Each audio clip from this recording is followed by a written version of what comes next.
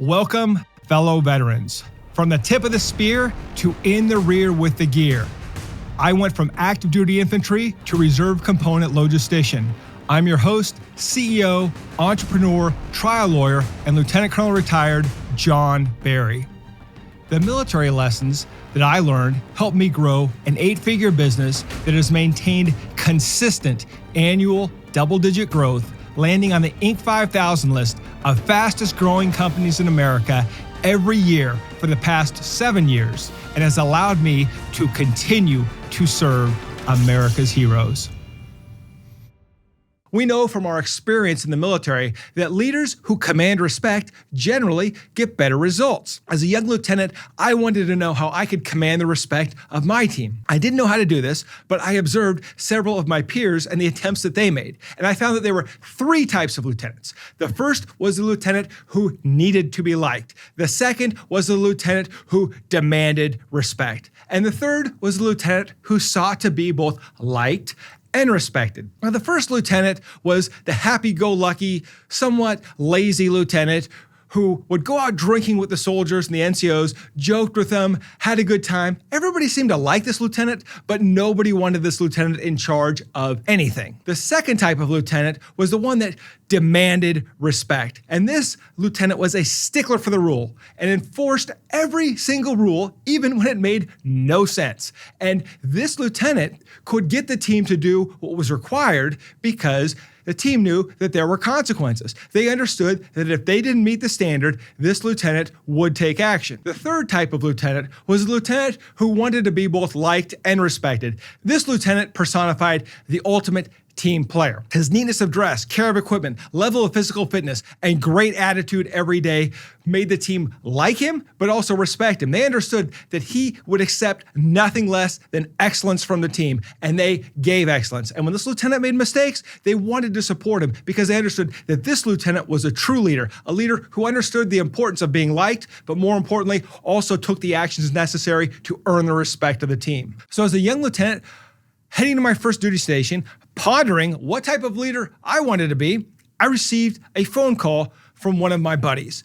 Now, the 3 of us had planned to live in the same house at Fort Hood. We all knew which duty station we're going to, and the way infantry officer basic course works, you have team members who are going to Bradley leader course, Pathfinder course, mortar leader course. Nobody arrives at their duty station at the same time. Everybody else had arrived. I was the last one to the party. And I said, John, look, one of our buddies from West Point is gonna move in with us, so we do not have a room for you. However, our brigade is deploying in 2 weeks, and your brigade is gonna deploy after us. So here's the deal. If you just stay here for a couple weeks on the couch, you can live at our house rent-free so long as you help our roommate maintain the place, help pay utilities.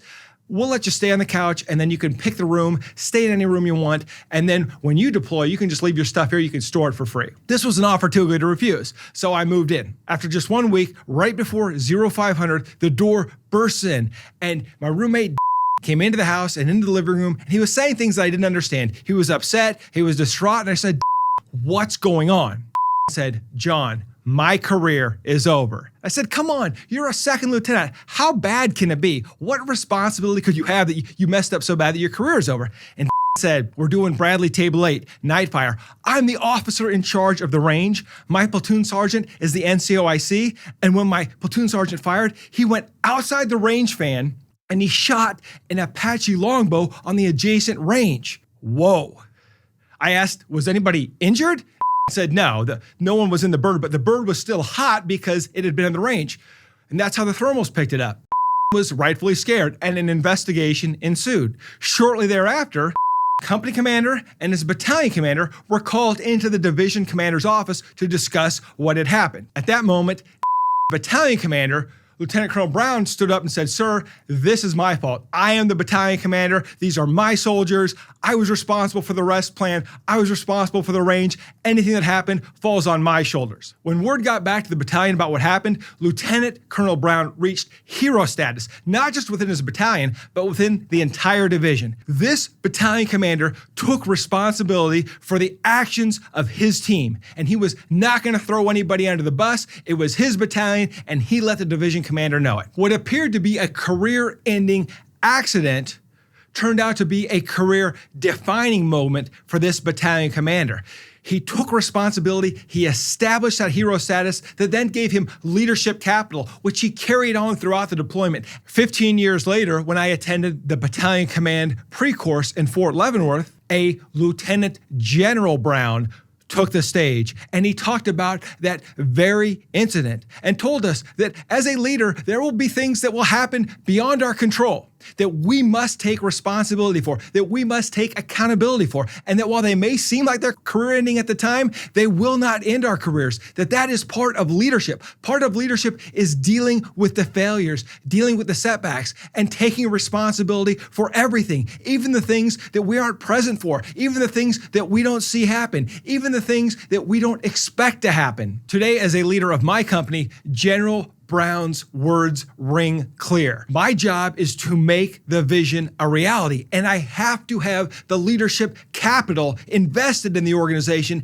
and in the individual team members to make that happen. We would all love to pay our teams as much as we could and give them unlimited resources, but the reality is, as a leader, we must be the steward of the organization's resources, and that means we are going to have to say no from time to time. We are going to have to make tough decisions on who gets what, and if we have that leadership capital, the team respects that decision. As we grow our organization and build a bigger future for our team members, we are going to outgrow some of our best team members, and that's going to send ripple effects and fear throughout the entire organization. People are going to feel like they're not safe. They're going to feel like the organization was disloyal to the great team members who they outgrew. The reality is, if you have that leadership capital and the team trusts you to do what is in the best interest of the organization, they will trust your decisions. As leaders, it's our job to ensure the team hits its targets.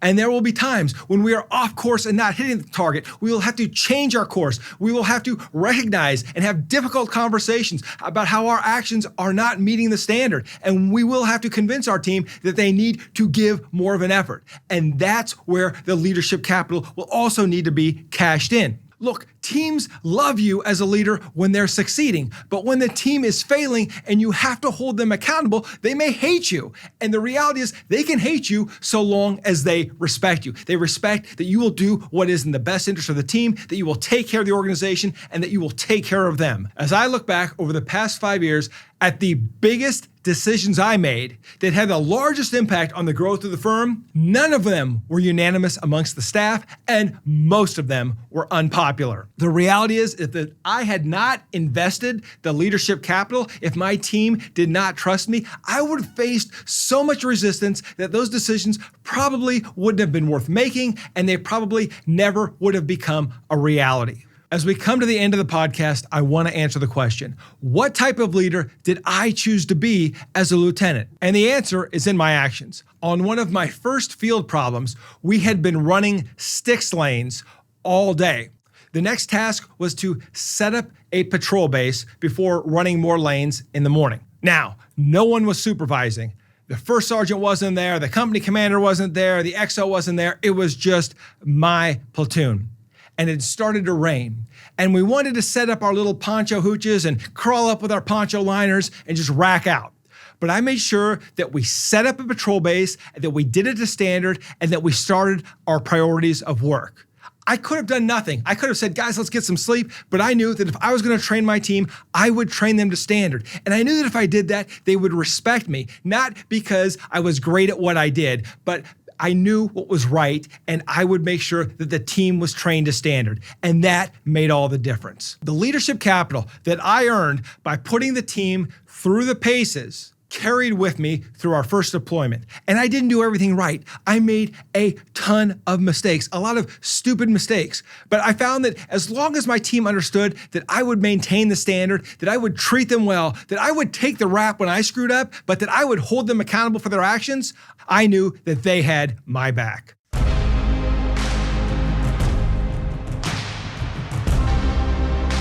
After action review. As a leader, you decide who you will become. Do you want to be the leader who is liked, the leader who is respected, or the leader who is liked and respected? Number 2, moments of crisis are opportunities for a hero moment. When there's a crisis in your organization, that is your opportunity to step up as a leader and start earning some of that leadership capital with your team. Number 3, winning solves all problems, but you find out whether you're a leader based on how your team reacts when you're losing. 3 down. Number 1, when your team is succeeding, they will love you.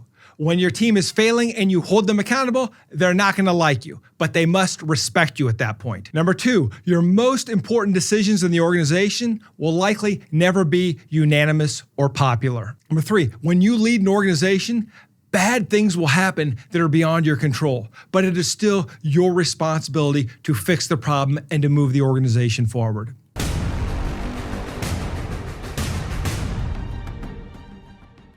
Thank you for joining us today on Veteran Led, where we pursue our mission of promoting veteran leadership in business, strengthening the veteran community, and getting veterans all of the benefits that they earned. If you know a leader who should be on the Veteran Led podcast, report to our online community by searching @Veteran Led on your favorite social channels and posting in the comments. We want to hear how your military challenges prepared you to lead your industry or community, and we will let the world know. And of course, hit subscribe and join me next time on Veteran Led.